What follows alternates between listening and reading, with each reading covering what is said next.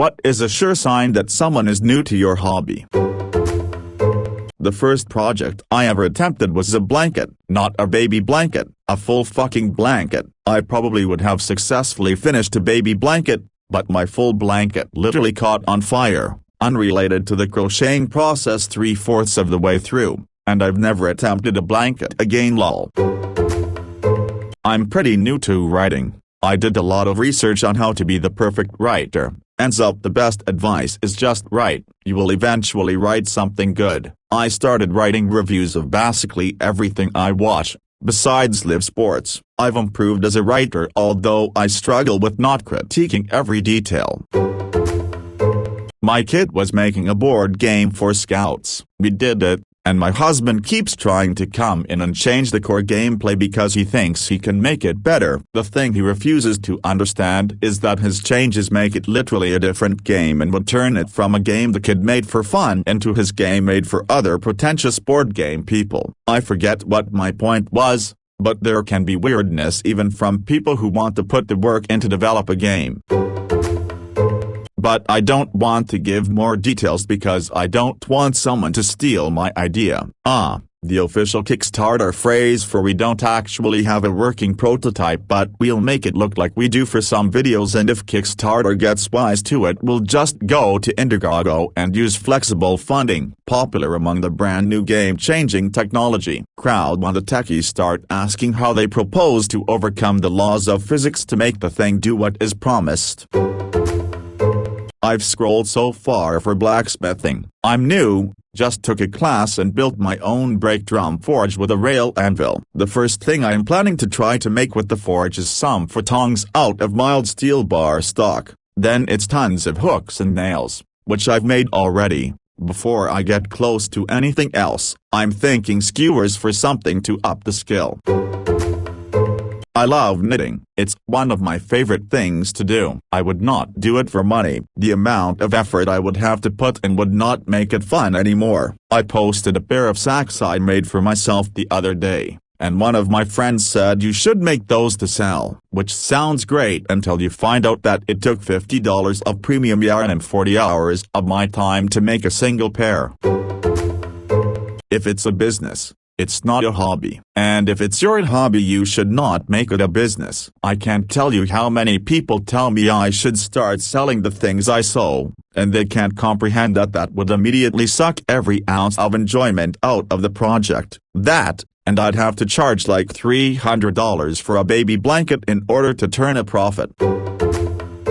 Hi guys. I'm looking to buy a CNC router. My requirements: I want to cut aluminum, steel, titanium, and unobtainium. I'm looking for precision within 0.01 millimeters at least, but 0.001 millimeters would be better. I need a bed at least 1 meter by 2 meters, but 2 meters by 4 meters would be better. Automatic tool changing is a plus, but not strictly required. My budget is $1,000. Which machine would be best for me?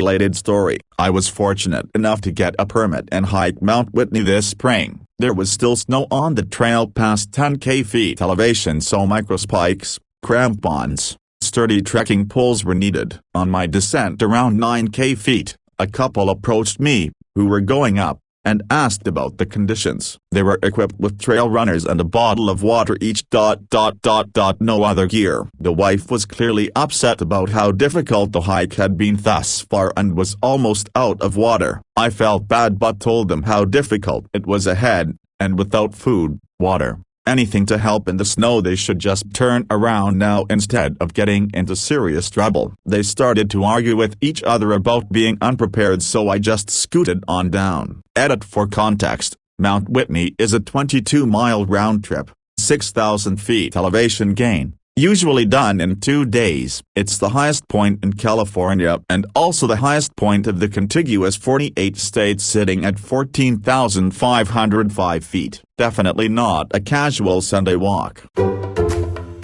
Yeah.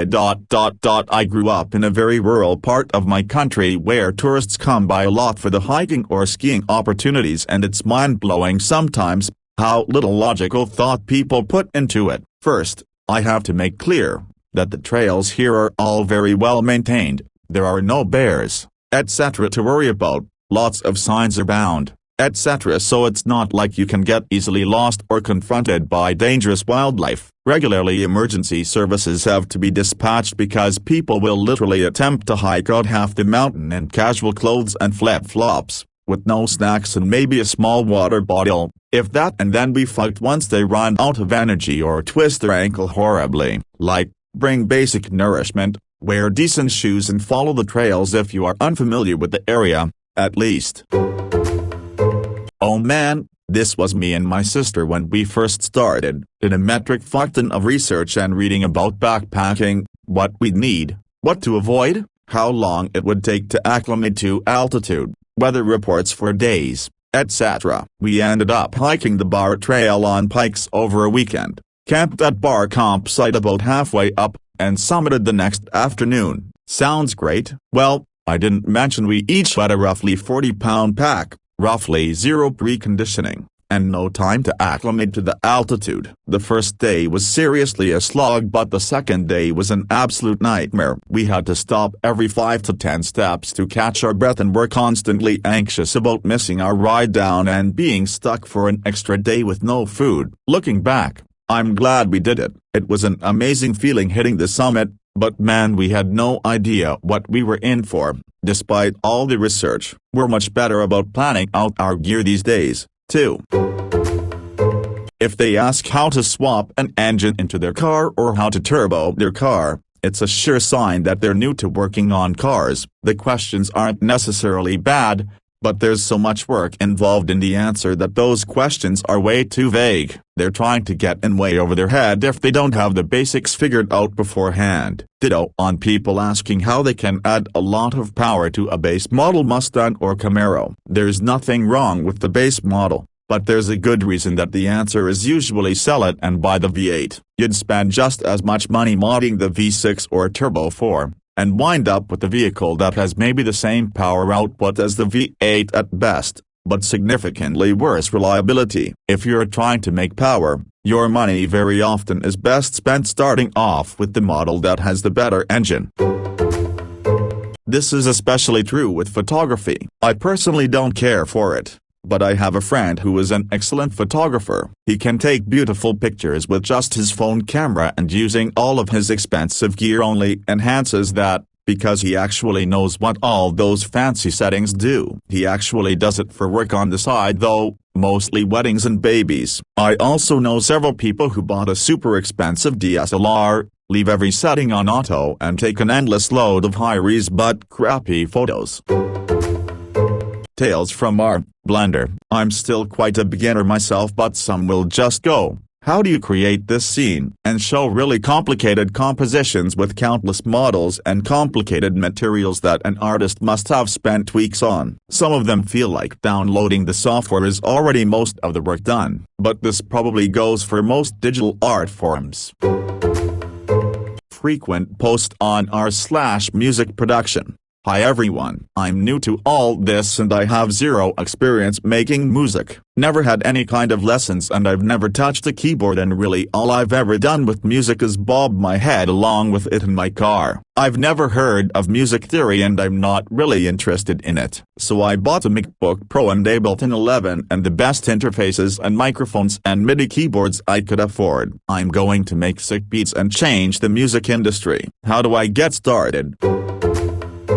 Just buy as drummer, as keys, a few loops and you're done. /s. There is a lot of those type of questions there, which is weird since there's a million free tutorials. If someone is using FL Studio, the channel and the mix is amazing for it. Like Learn Everything is a weak levels, almost. That guy edits everything so damn well. You actually could make EDM style music really easily in FL. I used it for non-electronic music forever, because it was so simple, but for other DAWs, there's seriously hundreds of good tutorials to get started.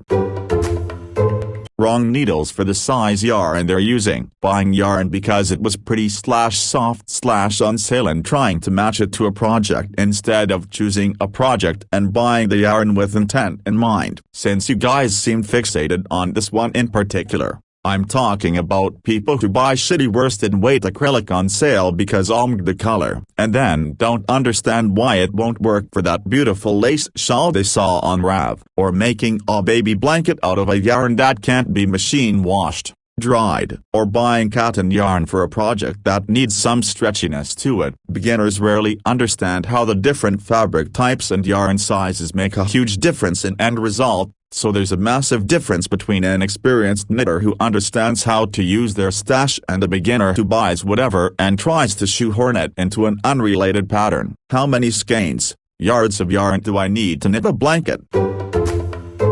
First point is spot on. The second one is something a seasoned yarny might do as well, and I even do it on purpose. D. Several years ago I decided to not buy traditional souvenirs when I travel but to get yarn instead. I usually look for lace or sack yarn that is made locally from natural fibers. It doesn't have to be hand-spun but shouldn't be a big international brand either. I feel that was one of the best decisions I made about travel.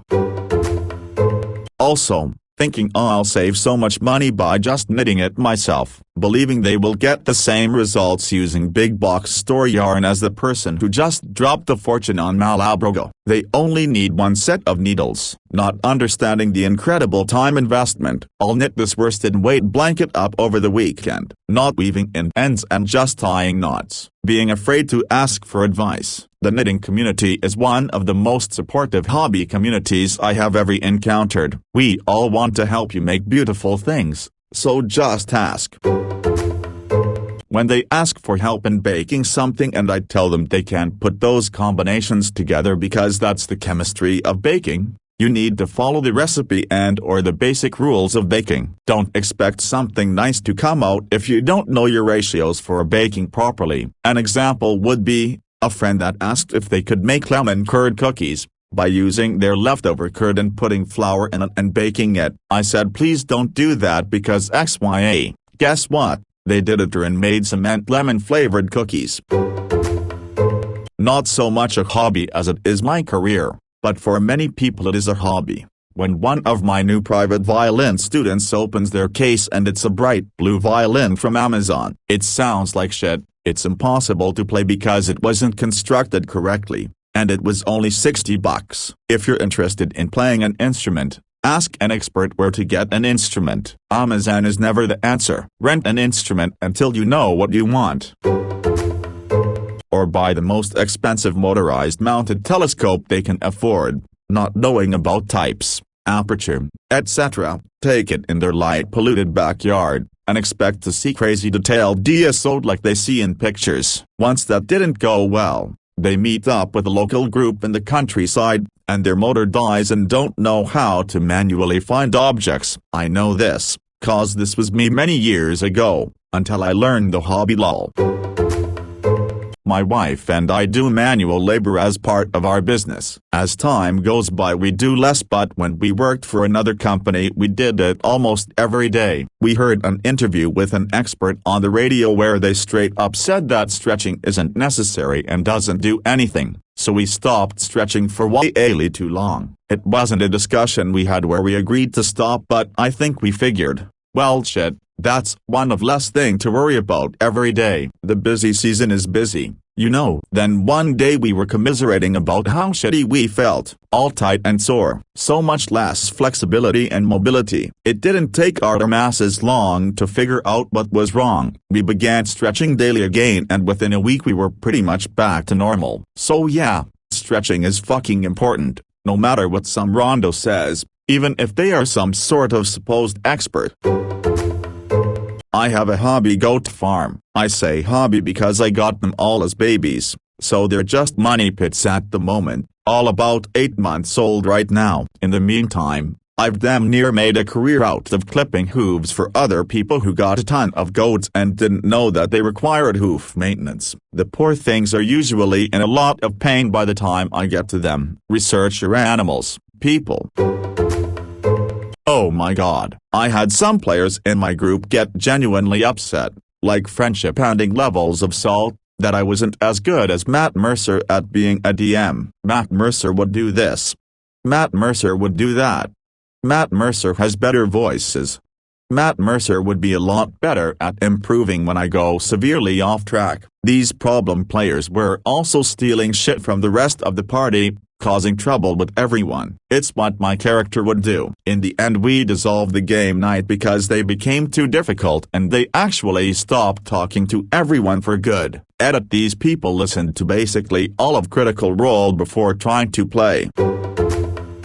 The other side of this, I love seeing pictures of dudes dressed up in operator costumes when they have their hand tensed up and their fingers straight as a board, like they're expending all their effort to let you know they're keeping their finger off the trigger. Of course, you have to do it like that in order to drill in the discipline of keeping your finger off the trigger, but it's still funny to me. The other dead giveaway: no knee pads. Surprised MTG was this far down. I was going to post a loader deck with huge multicolor creatures and have a terrible mainer base. Me and some friends were at a gaming shop many years ago and this kid comes by, wanting to play a game with us. We say sure, and he says his deck is nothing but whoopin'. He spreads his deck, showing us that the whole thing is 5-color dragons, Wyrms, other big legends, etc. We start to play. We're trying to take it easy on him because he's new, but it's hard because he can't get out the right mana. He continues on, insisting that once he gets his creatures out on the board, his deck will be nothing but whoopin'. To this day, me and those friends will say nothing but whoopin' at anything that seems amazing at first glance. Showing up at the paintball field with a relatively expensive marker, gun, and a cheap, crappy single-pane lens mask, or an inexpensive marker bit with useless tactical upgrades added on. It is easy to distinguish knowledge gained by experience from simply absorbing what marketing hype tells you. The latter is easily spotted by being kitted out in brand new HK Army gear, which is obviously brand new because it hasn't started to fall apart yet. Probably half of the content on our paintball is posts from brand new players who have played once or twice, if that, with rental equipment and looking to buy their own gear, and comments in response thereto. Most of us regulars are glad to help, but it does get a bit repetitive, talking kids out of unnecessary optics or expensive barrels over and over, explaining for the nth time that the quality of the paintballs themselves is the largest determinant of accuracy. I do clay target shooting. We have club guns that we give to the newbies to use on their have a go day. Every single time, they yell pull and freak out when the shotgun goes off and they wave the gun around, despite being told over and over to keep it pointed at the ground unless being fired. We also get a lot of people full of bravado and no fucking idea. Oh yeah, I've done some shooting before, they say as they attempt to shoot with the safety still on. I am a chess player, and whenever someone talks about the weird pawn glitch that happens on the major chess websites, I know they are new. You see, the weird pawn glitch is actually a legitimate feature of the game. It just doesn't happen very regularly, which is why most beginners are not aware of it. It's called en passant. So yeah, to all these beginners I say, Google en passant. Also, there are times where experienced artists need to trace. I did a super large size self-portrait as an art final, and my teacher had me just project a reference photo of myself onto the wall so I could trace the basic outlines and shapes onto my huge ass paper and then go in later with my oil pastels. It's not that I couldn't draw it freehand. It's that it would have been unnecessarily tedious at such a large scale. Tracing can be super useful. As a music producer, rare vinyl collector, and aspiring music historian, that shit on the radio is still good. It's just different. People need to stop being so territorial over their genres. Genre is a man-made construct anyway. I'll go from listening to Doja Cat to Oz Mutants to Pavarotti in 10 minutes. And others get mad all the time when I give them the stock answer of I listen to everything because apparently I can only choose just one thing. People just need to enjoy the goddamn music and shut up. Edit. Another thing, anybody who thinks any music ever wasn't at one point shit on the radio is delusional. No. And to add another telltale sign that someone is new to music that I've gotten numerous times, you must be real special to be a girl who knows all this music stuff. 1.